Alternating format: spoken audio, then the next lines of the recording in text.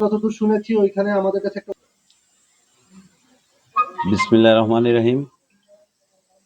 আমার ৫ নং শাহবাদ ইউনিয়ন ৯ নং ওয়ার্ডের ওখানে বিএনপির যদি কোনো অফিস হয় তা সেটা তো আমার নখদর্পণে এবং আমি আগে জানব যে বিষয়টা কি হচ্ছে এবং তারা আমাকে জানাবে। ওইখানে যে জায়গা, পিছনে মন্দিরের জায়গা, সামনে সরকারি জায়গায় ওরা ওদের খেয়াল খুশি মতো ঘর উঠচ্ছে। এই বিএনপির অফিস সম্পর্কে আমার দলের ভাবমূর্তি নষ্ট করার জন্য ওরা হাইব্রিড নেতারা এগুলো করতেছে।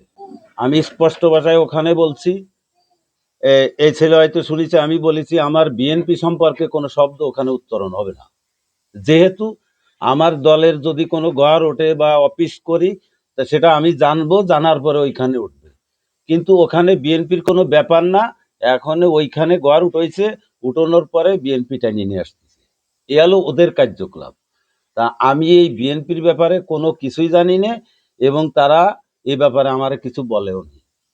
যার বিনিময়ে ওখানে ঘর উঠেছে খামখেয়ালি ঘর উঠে ওই জায়গায় তারা ব্যবসা বাণিজ্য করবে, এই হলো তাদের মন মানসিকতা। আপনারা কি চাচ্ছেন?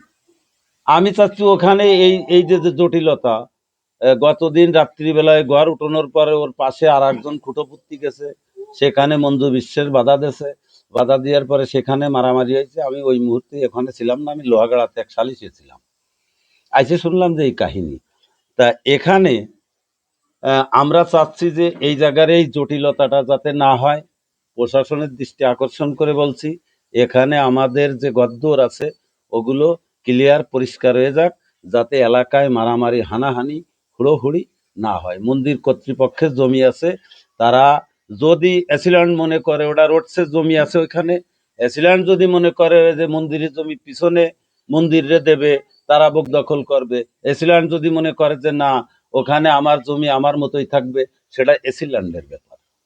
এখানে ওই যে যে গদ্দর আছে ওগুলো একদম ক্লিয়ার পরিষ্কার করে দিতে হবে, যাতে জটিলতার সৃষ্টি না হয়, আমার এলাকায় কোনো দাঙ্গা হাঙ্গামা না হয়। আর এখানে আমি বলি আমার বিএনপি সম্পর্কে কোনো আলোচনা ওখানে হবে না।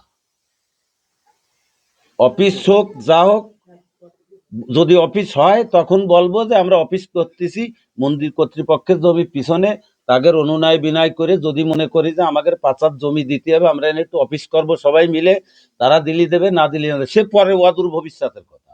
কিন্তু এখন অফিস সম্পর্কে কোনো আলোচনা এখানে হবে না। এবং আপনারা এই সাংবাদিকরা আমার বিএনপির নাম উল্লেখ করে কোনো কিছু কাগজে আপনারা লিখবেন না।